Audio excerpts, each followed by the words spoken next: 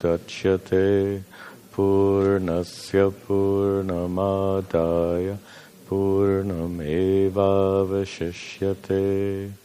Om Shanti Shanti Shanti. Good.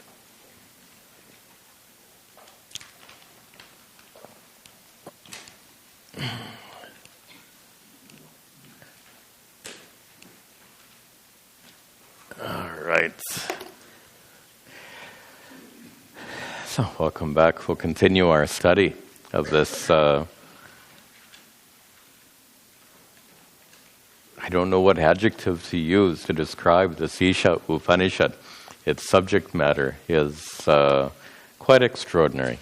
In the prior class, when we had concluded with verse 6, we discussed Sarvatma Bhava.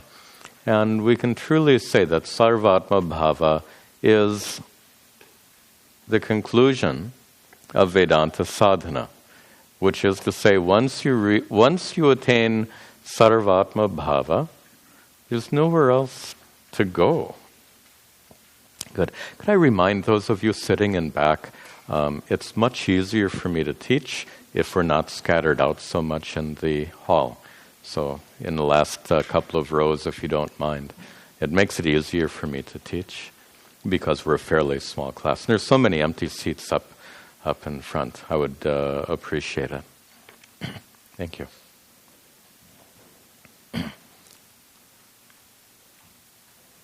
So let's begin then with Sarvatma Bhava. What is it? We'll review the last verse that we saw in the prior class, and then we'll proceed perhaps with the next verses. Sarvatma Bhava. Here, bhava doesn't mean feeling, doesn't mean emotion, doesn't even mean experience.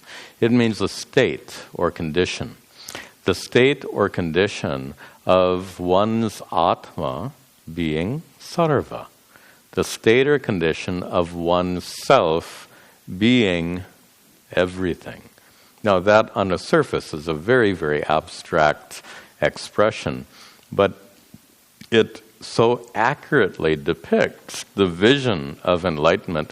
Let's look at maybe one thing we didn't do in our prior class, which we can begin today's class with, is look at what it is that leads to Sarvatma Bhava.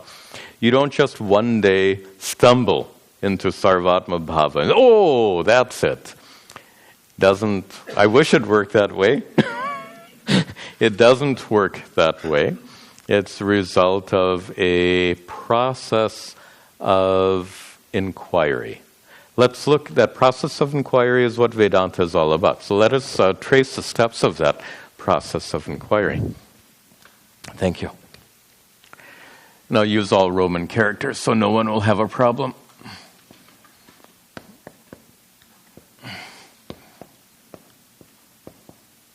So Sarvatma Bhava is a state or condition of having one's Atma be identical with everything. Everything. It means what it says. It means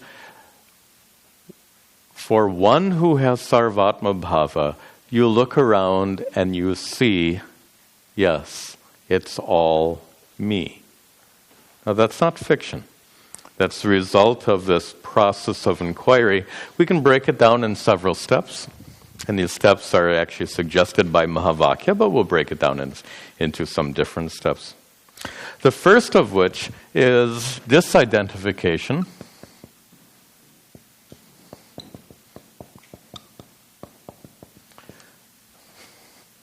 Disidentification, yes, I spelled it right. Disidentification with your physical body, stula sharira, with your subtle body, sukshma sharira, we just call mind here, mind, etc. Even with the ahankara, ego, which is to say the utter disidentification with what you're not. The utter disidentification with your body, utter disidentification with your thoughts, with your emotions. And this is just the beginning. This is not the conclusion. This is where Vedanta sadhana begins, is when you recognize the fact that anything known to you is not you. We've done this in other Vedanta classes. We did this in a big way in last year's Vedanta classes. And some of you will remember, anything known to you is not you. This pen is known to me. How would it be if I said, I am a pen? And further, what color is a pen? Black. So suppose I don't merely say I am a pen, but I identify myself by the quality of the pen, I am black. But that's exactly what we do. If I say I am this 50-something male, I might as well say I'm a pen. If I say I'm male, I might as well say I'm black. Blackness belongs to the pen. Maleness belongs to this body. This body is an object as much as this pen when you really get it. You're just getting started. When you really get it, you're just at taking baby steps on the road of Vedanta. Next step is to be able to do that with all the activities of your mind. Every thought, every perception, every emotion is known to you. Just like the pen is known, all these mental activities are known. Therefore, not me. Finally, there's even the one that says me, I. Ahankara, the sense of individuality, which is really an organizing principle in our mind. It's like the focal point of our use of will. The one, and this is an interesting definition for ahankara, the one who wields your free will is ahankara, not you. You do not exercise free will. Ahankara is a mental process which ends up being the agent of all actions. And when you can recognize even that agent that makes decisions, what we call ahankara or ego, even that is a mental object, a mental activity, and it's not you.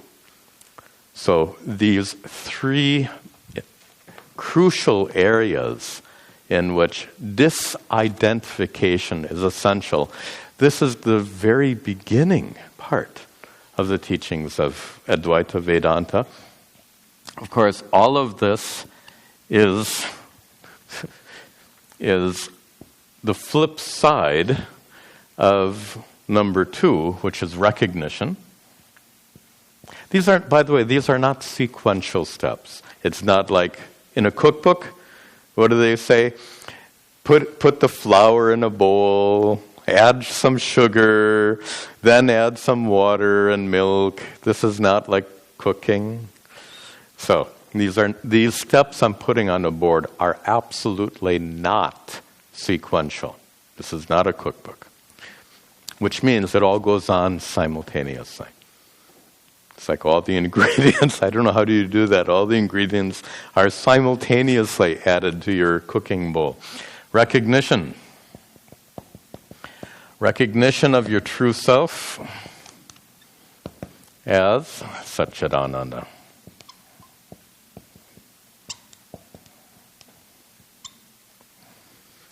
Again, it's not a separate step. It goes on simultaneously with the process of disidentification. On the other hand, without disidentification, recognition is not possible. Without recognition, disidentification is not possible. Chicken and the egg come together. So just to make the point, it's not sequential. You can't ask which comes first. Then, in Vedantic terms, this is part of what we call Tvampada. Again, reference to our terminology from last year's classes. In the Mahavakya, Tat Tvamasi, Tvam means you. So these are the topics or areas of inquiry. That's what we're listing now, areas of inquiry. So the areas of inquiry identified with the Tvam Pada, the word Tvam in the Mahavakya Tattvamasi, those areas of inquiry are disidentification with body, mind, and ahankara, and also recognition of your true nature as Satchidananda Atma. We're halfway there with these steps. And these steps they're not steps. With these aspects of this process of self-inquiry, we're halfway there because this is Tvam Pada. What about Tat Pada? The meaning of the word Tat. And so we could say that's recognition of Brahman as Satyam Jnanam Anantam.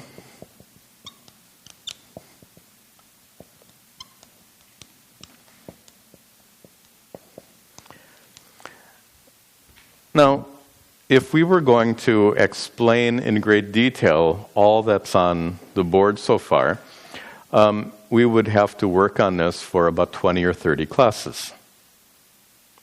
If this were an introductory Vedanta class in which we're developing everything one baby step at a time, honestly, it would be 20 to 30 classes to really lay this out. We said this is not an introductory class. In this trying to, in our study of the Isha Upanishad, what we want to do is to try the best we can to grasp the vision of the ancient rishis. Their vision was very lofty and very poetic, and so our approach in this class is not to be at an introductory level, but to presume that you've had a pretty significant exposure to the teachings of Vedanta, and to try to reach much further, to grasp that great vision of the ancient rishis. So we've got the Tvam Pada, we've got the Tat Pada, and we're still not done. Sarvatma Bhava comes only when all four of these elements are in place. And the fourth element is one more recognition. Recognition that Satchidananda Atma is not different than Satyam Jnanam Anantam Brahma. And that's exactly what the Mahavakya Tattvamasi reveals. The recognition of identity. Now, just to now relate this, so 4 areas of inquiry, not 4 steps, 4 areas of Vedantic inquiry. And to relate them to Sarvatma Bhava, here's how it works. When you have completely disidentified with your body, mind, ego, etc., and when you have recognized that I indeed am nothing but, notice the language, I am nothing but the consciousness revealing these thoughts right now. I am nothing but the consciousness revealing this experience right now in this lecture hall. I am that consciousness, that Chaitanya Atma, that conscious self, Satchidananda, that conscious being. I am that and nothing else. So that takes place with this recognition. And then further, I recognize that everything I experience, everything experienced, is a manifestation of that one underlying truth or reality that we call Brahman, which is to say, this is not a chair. This is Brahman in the form of a chair. This is not a table. This is Brahman in the form of a table. This is not Tadatmananda. This is Brahman in the form of Tadatmananda. So what's recognized in this third area of inquiry is huge. It's everything. Sarva is everything.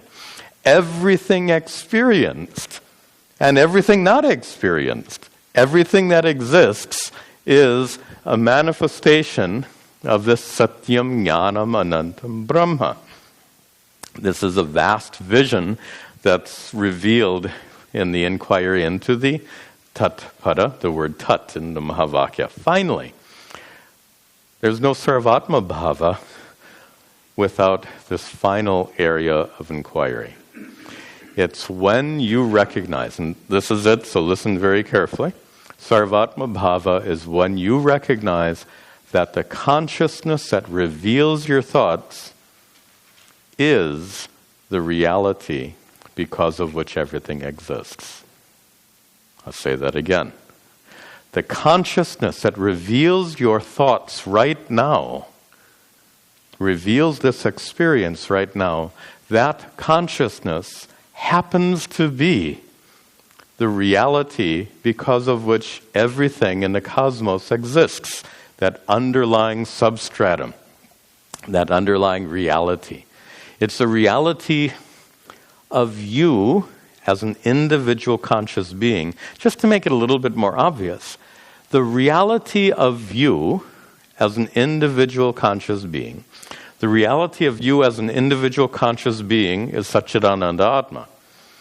The reality of the universe is Satyam Jnanam Anantam Brahma. Now please tell me, just using a little bit of logic, is it reasonable to say that the reality because of which I exist as a conscious being, and the reality because of which everything else in the universe exists, these are two different realities?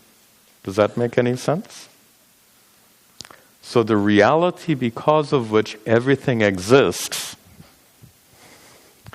and the reality because of which I exist as a conscious being are necessarily one and the same. This leads us to Sarvatma Bhava. Sarvatma Bhava expressed in the last verse that we saw. Yahatu sarvani bhutani atmani eva anupashyati. One who sees sarvani bhutani, all things that exist, when you see all of them, atmani, in oneself. When you see that the consciousness that you are, the consciousness which you are, is not stuck inside this body. We get that's one of the problems of identification with the body, mind, and ahankara, is we get the idea that consciousness is only inside. It stops at the level of the skin. This topic we also took at great length in last year's Vedanta sessions. When we recognize that the consciousness which you are is boundaryless, limitless, all-pervasive. And further, when you recognize that boundaryless, limitless consciousness which you are is the reality because of which everything exists, then you look around you and you see that all of these forms, and they are forms, all of these forms exist in consciousness. Now that term seems a little abstract.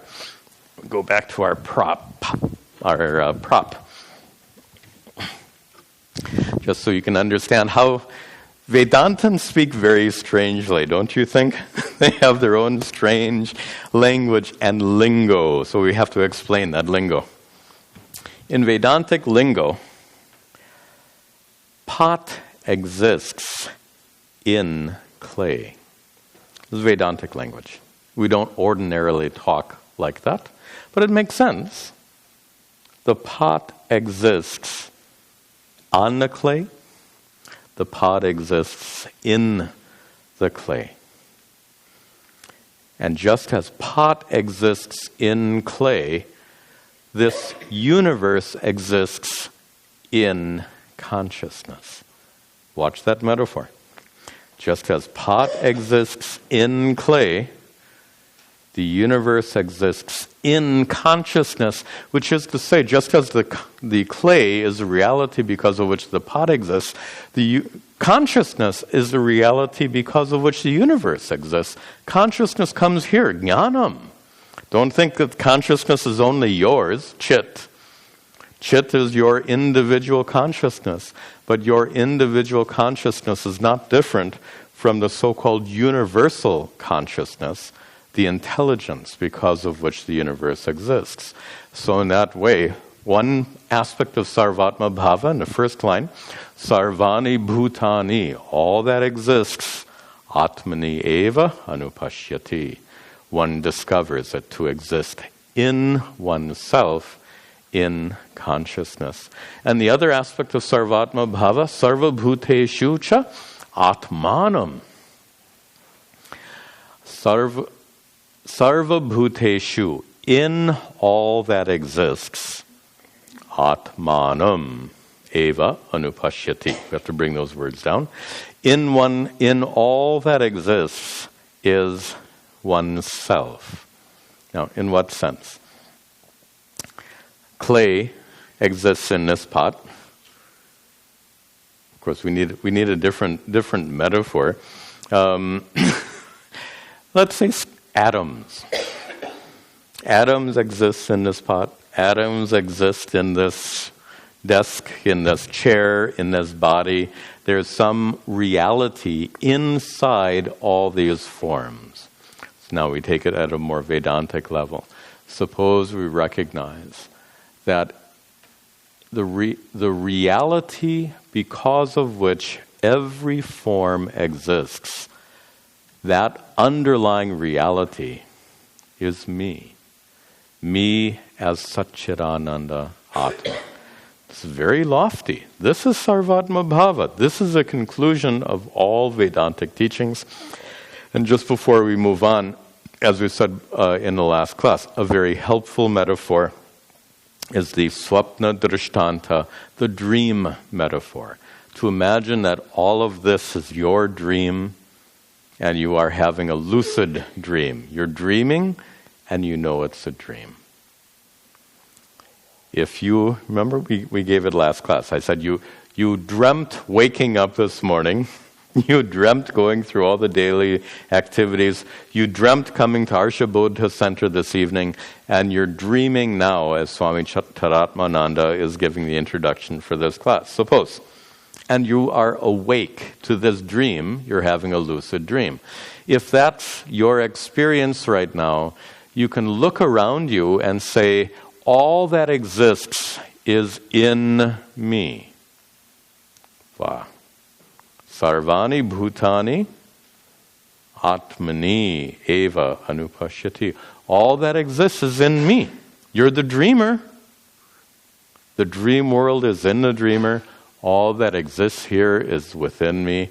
And the second part, Sarva Bhuteshu Cha Atmanam Anupashyati. The consciousness, my consciousness is the stuff out of which this entire dream world is made. How's that? My consciousness is the underlying reality, the stuff out of which this dream chair is made. This dream chair is made of my consciousness. This dream table is made of my consciousness. This dream body is made of my consciousness. In that way, Sarva Bhuteshu Cha Atmanam. You see yourself, consciousness, within all that exists as the underlying reality. We're done. Vedanta has nothing further to teach. That's it.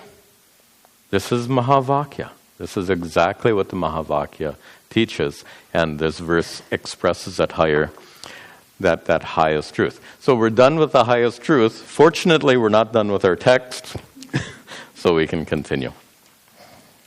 We'll go on to the 7th verse. We're not in a hurry. It's a very short text, so it deserves all this introduction. And if we go really fast, we'll finish it in a week or two. Okay.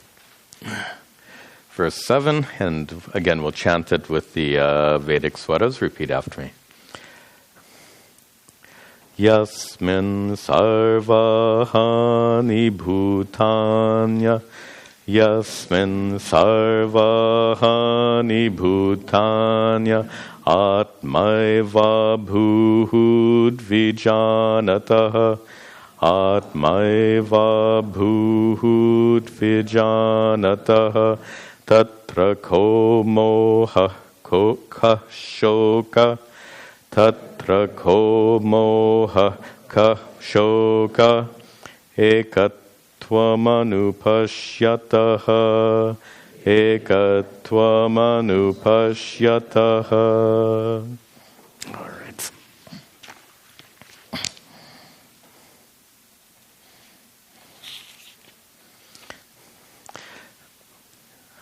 So this verse is intimately connected with the prior verse and reveals the fruits of this discovery.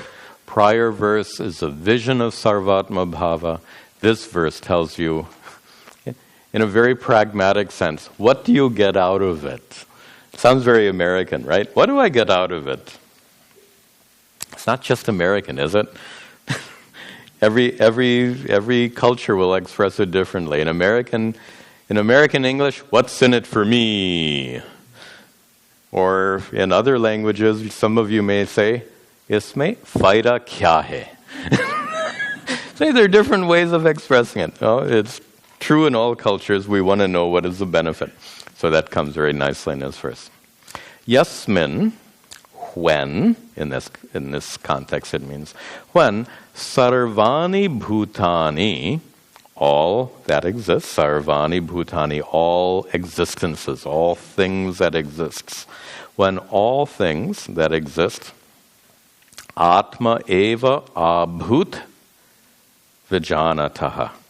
Vijanataha, when it is understood, due to understanding what? That sarvani bhutani, that all that exists, atma eva abhut. Abhut came into existence based on Atma Eva. Rather, to put it better, Atma Eva Abhut. Atma, literally, Atma became all beings. I'm being very literal right now. Atma Abhut, Atma became Sarvani Bhutani, all that exists. Atma became all that exists. How can we understand a statement like that? It's not as abstract as you think. Go back to our dream drishtanta. Your consciousness became everything in your dream. If there's a house in your dream, your consciousness became that house.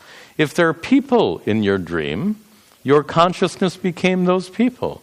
If there's cars and trees and dogs, whatever it is in your dream world, your consciousness became all those individual things. So that's what this first line is saying. It's restating what we saw in a prior verse. Atma eva abhut. Atma became sarvani bhutani, all that exists. Yasmin vijanataha. When this is recognized, when this is understood, then what? Tatra, then, kaha mohaha. Wow, you can figure that out. What can we say about moha? Confusion, delusion. Where is there any confusion? Where is there any ignorance? Where is there any lack of understanding? What remains to be understood? Nothing. And more importantly here, kaha shokaha. How can there be any sorrow, any suffering? Kaha mohaha. What delusion or confusion could there be with this recognition? Kaha shokaha. How could there be any sorrow or suffering when this is discovered? Ekatvam anupashyataha. Anupashyataha, for one who has discovered, anupashyataha, for one who has discovered ekatvam, that unity, that oneness as expressed in this final aspect of the inquiry. Notice that the inquiry culminates in this fourth step. So this second half, saying ekatvam anupashyataha, for one who's discovered the ekatvam, the oneness, the identity. So it means one, but is there any shortcut? Can you get to ekatvam without disidentifying with your body, mind, and ahankara? You can't even get started. Can you get to ekatvam, oneness or identity, without recognizing your true nature as pure consciousness, Satchidananda? No. Can you get to this ekatvam without understanding what you are identical to? No. So this ekatvam, this identity, implies all of these areas of inquiry. Anupashyataha, one who has discovered that ekatva. And the word anupashyataha is really perfect for it. Pashyata, drish, is a verbal root to see. The prefix anu means something that follows seeing. And this distinction is made very frequently in Sanskrit. That which you see is what you get on the surface, the first thing that comes. Many times you see things and recognize them. It's possible to see something and not recognize it. It's possible to, I don't know what would be a good example. It's possible to see, how about this? It's possible to see a painting and not recognize that it's an invaluable piece of art worth tens of millions of dollars. You just think it's some child is finger painting or something. You don't know. What do you know about art? Well, I should speak in first person. I don't know anything about fine art. So when I see it, I don't know if it was a child doing finger painting or a great master. I don't recognize it. I see, but I don't recognize. The word anupashyataha means for one, not for one who sees, but for one who recognizes. Recognition is a further step. Seeing is on the surface. Recognizing means to appreciate the depth and all the consequences of the reality that's in your experience.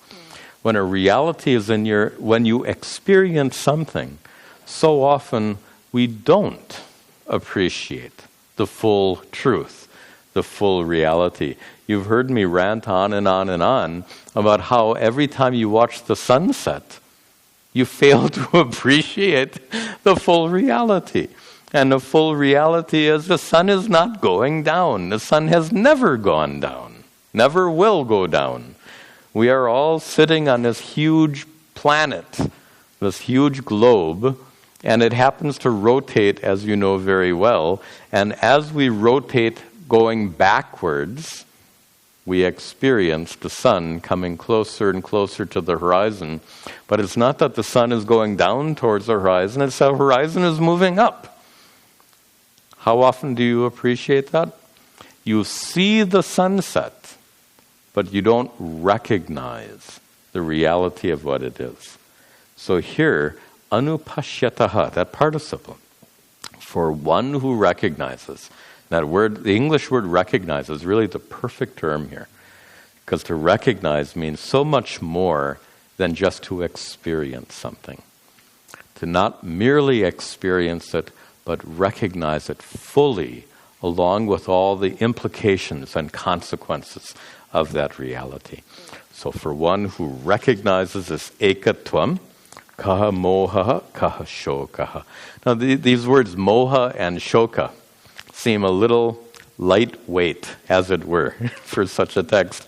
But they're not so lightweight. I'll share with you how Shankaracharya explains these terms.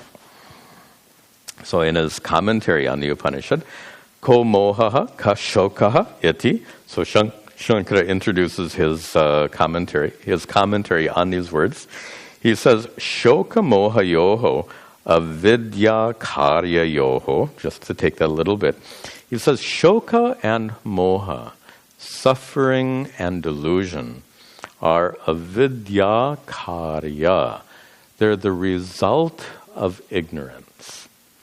Now, moha being the source of ignorance is a no-brainer, as we would say in American English. Moha is a synonym for ignorance, so no problem there. But brilliant that Shankara says so plainly that shoka is avidya karya. It's the result of ignorance. This is one of the fundamental teachings of the entire Hindu tradition. All suffering, I shouldn't say Hindu tradition, Vedanta. A fundamental teaching of Vedanta, perhaps one of the most fundamental teachings of Vedanta, is that the cause for all human suffering is avidya, ignorance. And not avidya in general, but avidya in a very specific sense, non-recognition of your true nature as Satchidananda Atma. If you recognized that you are full and complete, perfect, non-separate from God, to use some theological language, if you recognized that, and you saw your investments in a stock market reduced to 1/10 of what they were a year ago, would you suffer? I'm trying to be very real here. Generally, if you see your life savings reduced to 1/10 of what they were, that shakes people up pretty much.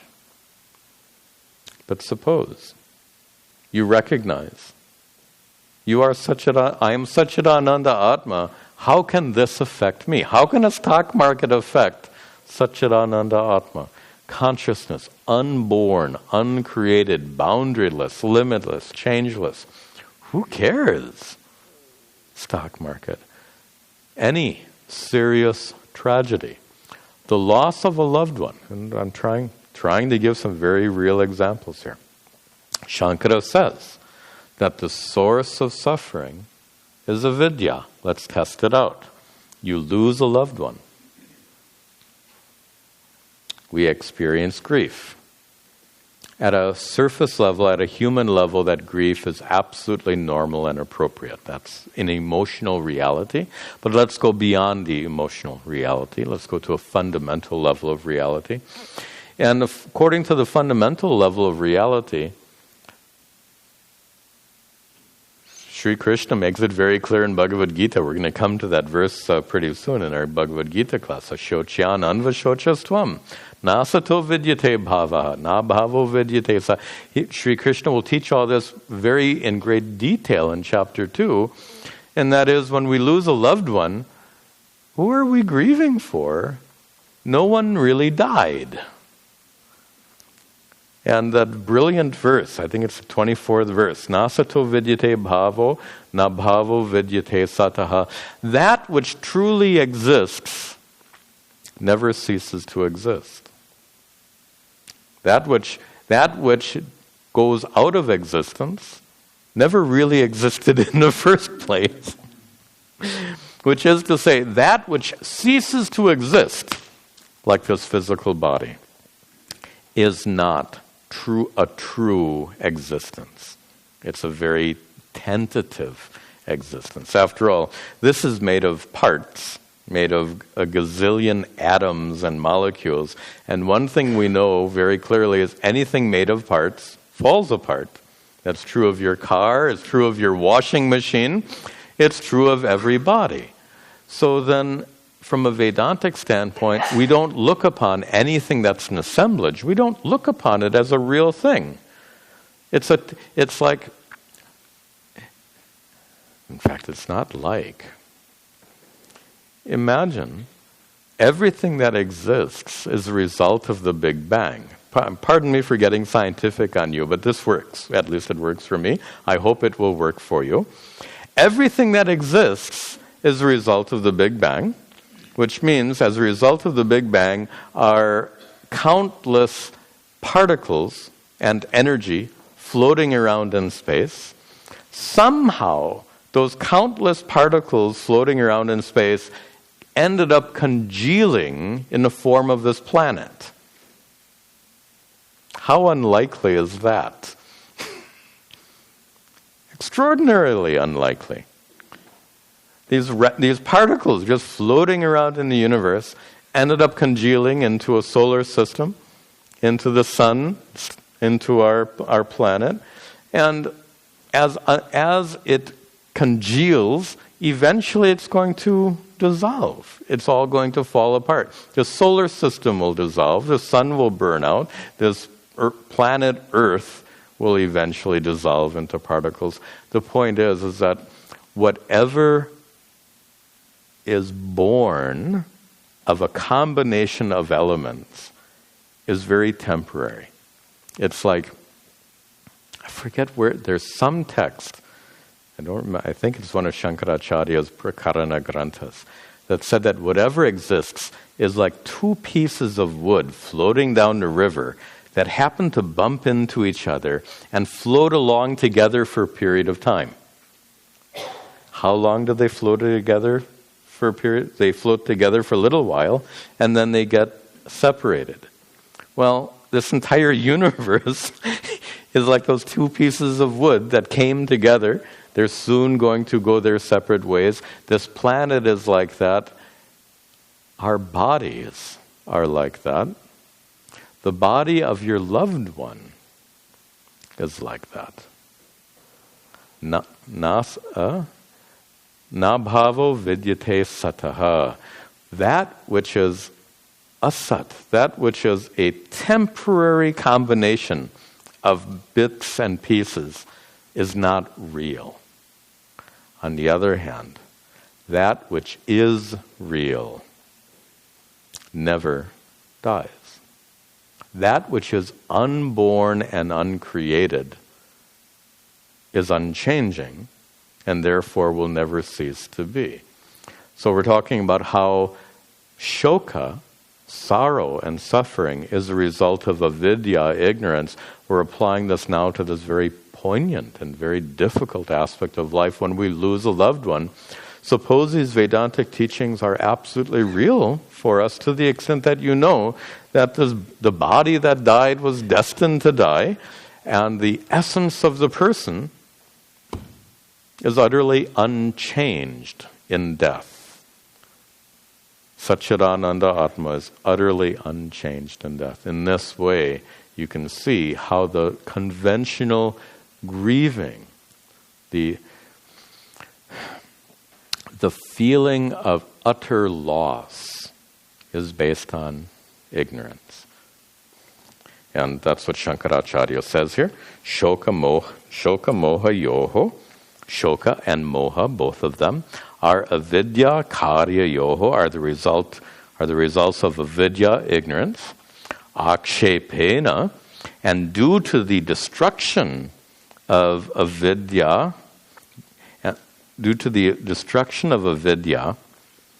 asambhava pradarshanat, it is, and because of the revelation of the impossibility of shoka and moha in the absence of ignorance. Shankara's language is a little sophisticated, of course. This is Shankaracharya, is what he is. The point he's making here is, without ignorance, there is no suffering, no shoka, utterly no suffering whatsoever. And then he concludes, asambhava pradarshanat, by showing that there's utterly no suffering in the absence of ignorance, then sakarasya samsarasya atyantam eva uchchedaha pradarshitaha bhavati. He says, in this way, it is shown, pradarshitaha, it is shown that there is the atyanta uchcheda, the utter destruction, samsarasya, of worldly life, sakarasya, along with its cause. The utter destruction of samsara. Now, samsara generally translated worldly life, but properly speaking, to give it a more intelligent translation, samsara doesn't just mean worldly life, but it means a life of suffering. The suffering of life. Atyanta uchchedaha is utterly put to an end. How? Through the removal of avidya. There's no other way to avoid suffering. After all, these bodies are going to die. The bodies of our loved ones are going to die. We're all going to die. No one needs to tell you that. But associated with death, usually, is a great deal of suffering. There's no way to avoid death.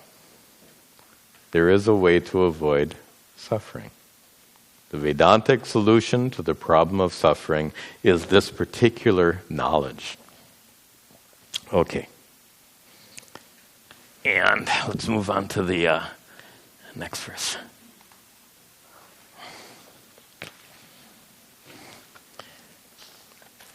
So the prior two verses have discussed Sarvatma Bhava.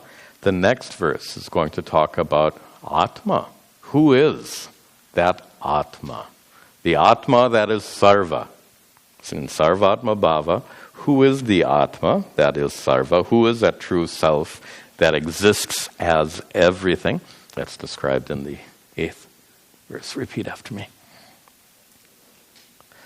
Saparyagad Saparyagad Shukram Saparyagad Shrukram Akayamavranam Akayamavranam Asnaviragam Shuddham Asnaviragam Shuddham Apahapavidham Apahapavidham Kavir Manishi Paribhu Swayambhur Paribhu Swayambhur Yahatat Yatortan Yahatat Yatortan Vyadadhat Shashvatibhya Samahabhya Vyadadhat Shashvatibhya Samahabhya. Good.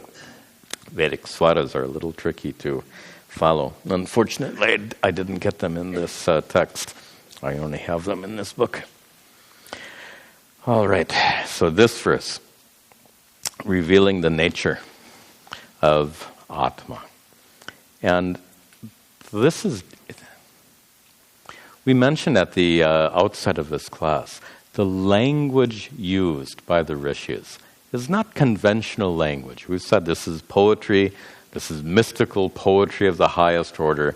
There's something in their choice of words and how they choose to express this highest truth. So let's see how Satchidananda Atma, your true self, that conscious self, is revealed in this text.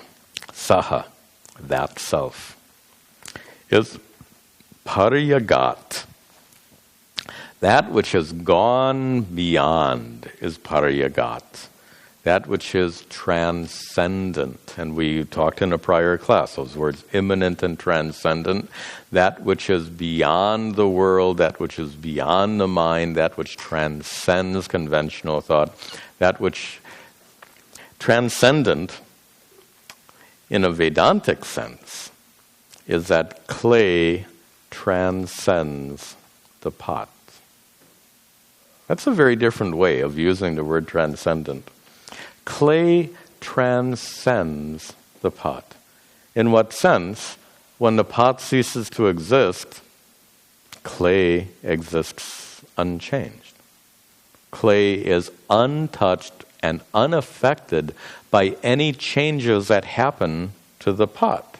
changes that happen to the pot are confined to that domain of form, but the underlying reality because of which the pot exists is utterly unchanged in that sense. We can say that clay transcends the pot. In the same way, the consciousness, which is your essential nature, transcends your body. Whatever happens to your body, your consciousness is unchanged. Transcends your mind. Whatever happens in your mind leaves consciousness utterly unchanged. In that sense, consciousness transcends your mind. Whatever happens in the world doesn't affect consciousness. Whatever happens affects the world, affects your body, affects your mind. But consciousness can't be affected because it's unchanging. That's the metaphor here. Form can change. Substance cannot change. So thoughts can change. Emotions can change. Consciousness is the unchanging illuminer of all your thoughts, of all your emotions. So in that sense, saha paryagat. That one is transcendent. It goes beyond. Can also mean all-pervasive. Paryagat, that which has gone, paritaha, that which has gone everywhere, is a nice way of saying all-pervasive. And as we said earlier in the class, what are the boundaries or limits or dimensions to your consciousness? Consciousness is not stuck inside your body. If you remember last year in our Vedanta class, we said that our sense of consciousness being confined or limited to our body is due to the sense of touch. The example I gave last year was when your arm is numb, it feels like consciousness is absent from your arm. You know, when you sleep on your arm like this, you wake up, your arm is numb, it seems like consciousness has withdrawn from your arm. How arbitrary is that? Just because you slept on your arm, it seems like consciousness is absent there. It's what is the equivalent of optical illusion for the sense of touch? Somebody has to invent a term that will say that. It's like an optical illusion for your sense of touch. It's a total illusion. Consciousness is not stuck inside your body. In fact, it's the other way around. Your body is in consciousness. Consciousness has no boundary or limit. Consciousness is all-pervasive. So, sarvagat. So therefore, it's not that consciousness is in your body, but your body is in consciousness. Let's make sure we understand that. The idea of all-pervasiveness, sarvagat. Space is our typical example for all-pervasive. Space being all-pervasive, space fills this room. So we could say then that this room is filled with space. Space is in this room, but that happens to be a very defective definition. Why is it a defective definition? Space is in the room. Space is also outside the room. Space transcends the room. So then tell me, which is more correct? This room is filled with space, or this room is in space? Space is in this room, correct. This room is in space, more correct. Consciousness is in your body, correct. Your body is in consciousness, more correct. Do you get it? Sarvagat, all-pervasive.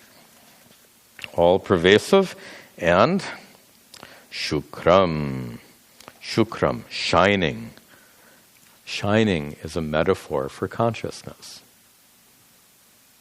That which illumines.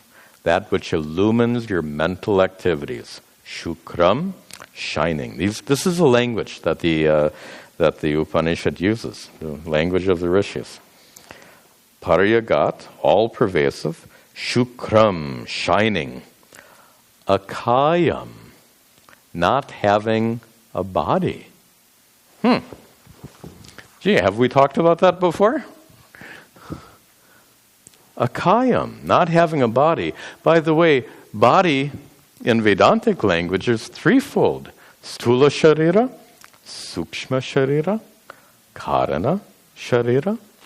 Physical body, subtle body, causal body.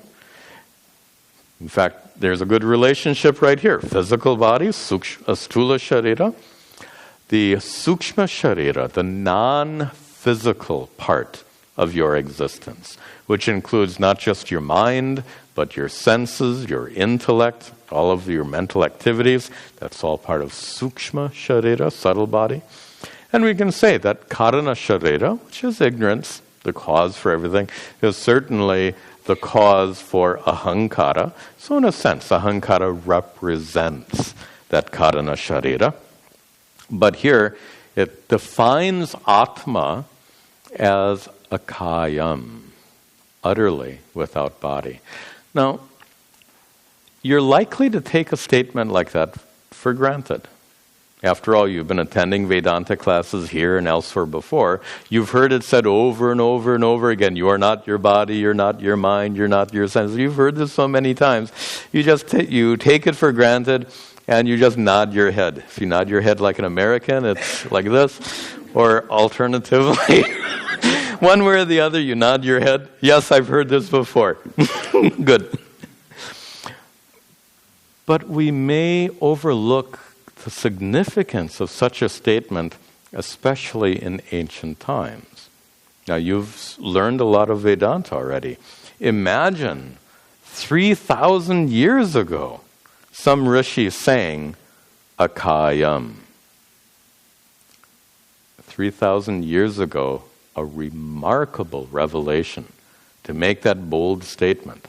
Akayam, Atma, Satchidananda, consciousness, is utterly unrelated to your physical body, to your subtle body, to the causal body, to body, mind, and ahankara. Akayam. And avranam. Avranam, Shankaracharya glosses as akshatam, undecaying, unchanging. The body goes unchanging, mind goes unchanging.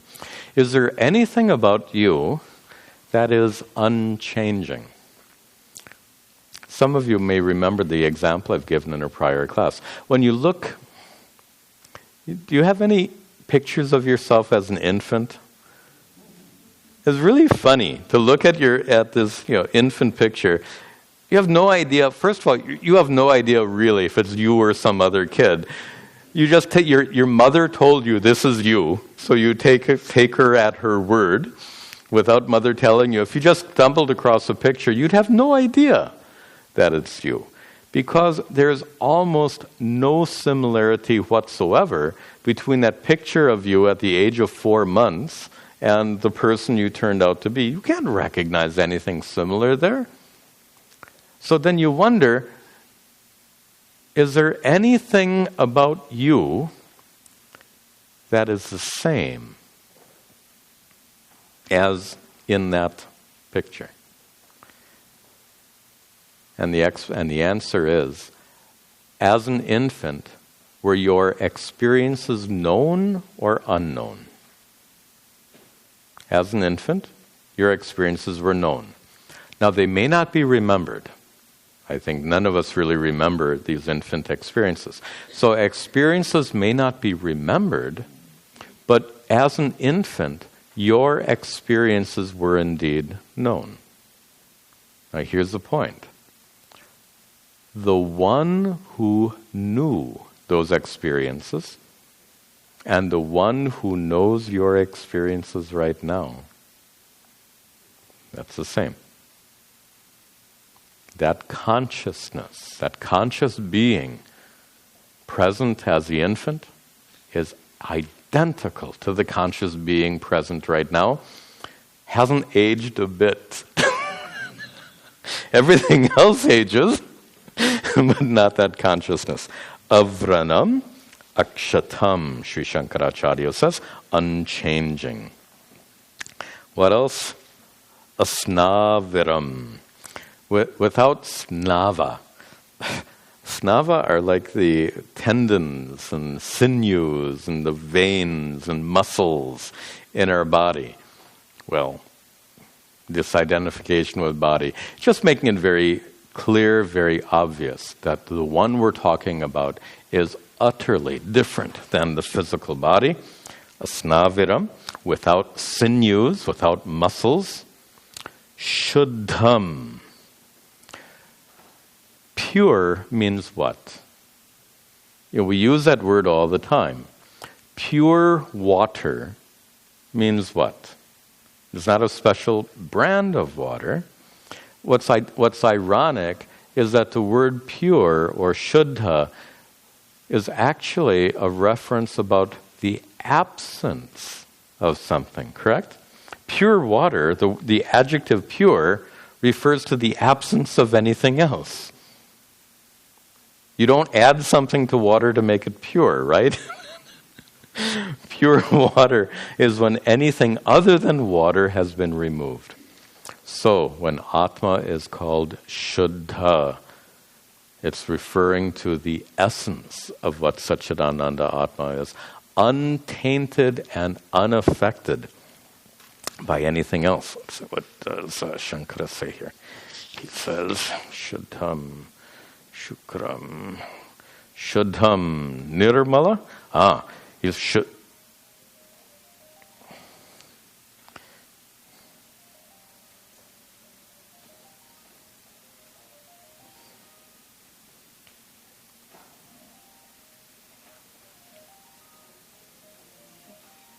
Thank you. Shuddham, Shankaracharya glosses as nirmalam, free from impurity. But what kind of impurity? Nirmalam avidyam. Free from ignorance. Shuddham, Atma, free from ignorance. Ignorance is the reason you and I are sitting here. Actually, you're sitting, I'm standing. Ignorance is the reason we are here today. The reason we have taken birth in this janma is ignorance, which gave rise to ahankara. In the absence of ignorance, you and I would not have taken birth. In the absence of ignorance, Satchidananda Atma would remain Satchidananda Atma without the encumbrance of this body, mind, sense thing, which is getting older and dysfunctional and breaking down all the time. Which is to say that Satchidananda Atma would remain Shuddham, untainted by anything else, anything external. Shuddham. Then, apapa vidham, without being affected by papa. Now we, in religious life, punya and papa become such important terms. Punya, religious merit. Papa, religious demerits. Sin, so to speak. Is Atma affected by papa? That's an interesting question, isn't it? So papa, sin, is the result of an adharmic action, a wrong action, a harmful action. So the question is Satchidananda Atma, your true self, is your true self affected by sin? Now, 2 minutes on the doctrine of karma. By the way, we'll finish with this half of the verse. We'll see the other half in the next class. So 2 minutes on the doctrine of karma. Karma belongs to the one who commits an action. Make sense? So if I drive a car at 80 miles an hour and get a speeding ticket, and get pulled over by a police officer, if I speed, you shouldn't get the ticket, right? Similarly, if you speed, I shouldn't get the ticket. The result accrues to the agent of action. Sorry for using philosophical language, but it's clear. the result belongs to the one who did the action. The karma phala, the fruit of an action, belongs to the karma karta, the agent of action. Now the question is, who exactly is the agent of action? And there's a little problem, not a little problem, a big problem. Atma is unchanging. How can that which doesn't change initiate an action? In fact, and we've talked about this in other classes, in our Mahabharata class, we had this discussion several times. And we discussed how decision-making, when you do an action, it's the result of a decision to do that action. So action is a result. Karma is a result of decision-making. Decision-making is done by what part of you? Decision-making is not done by your arms and legs. Decision-making is not done by your emotions or senses. Decision-making is done by your intellect.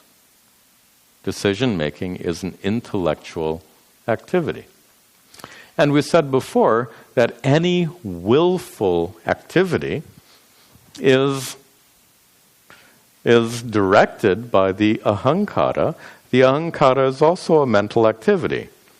So in your mind, there is an ahankara. It's like the guy in charge of your thoughts, not you.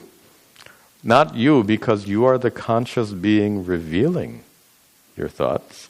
So ahankara is one mental activity that's directing the activities of your buddhi, your intellect, to make a decision. All of these belong to your sukshma sharira.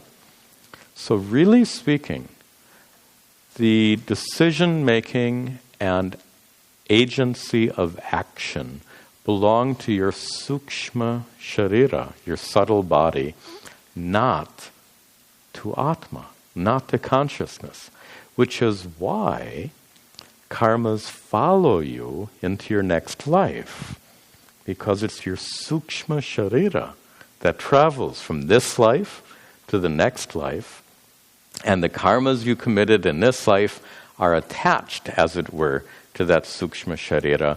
So therefore, all karmas belong not to Atma, but to sukshma sharira, which is why the Rishi uses this expression, apapa vidham.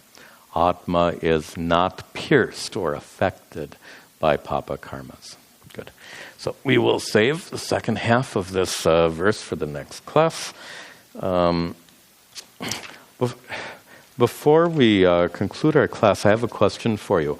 A week from tonight, October 25th, I believe is the night of Deepavali. How many of you are going to some function on Deepavali? Okay. I see only about 2 or 3 hands.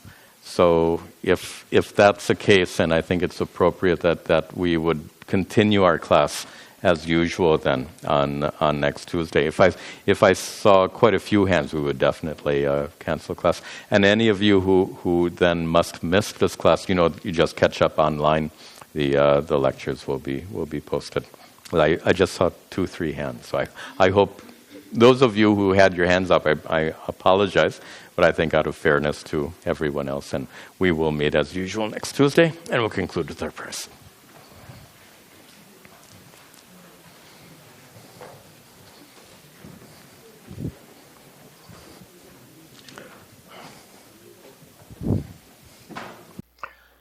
Om Sarve Bhavantu Sukhinah Sarve Santu Niramayah Sarve Bhadrani Pashyantu Ma Kaschid Dukkha Bhag Bhavet Asato Ma Sadgamaya Tamaso Ma Jyotirgamaya Mrityorma Amritangamaya Om Shanti Shanti Shanti Om.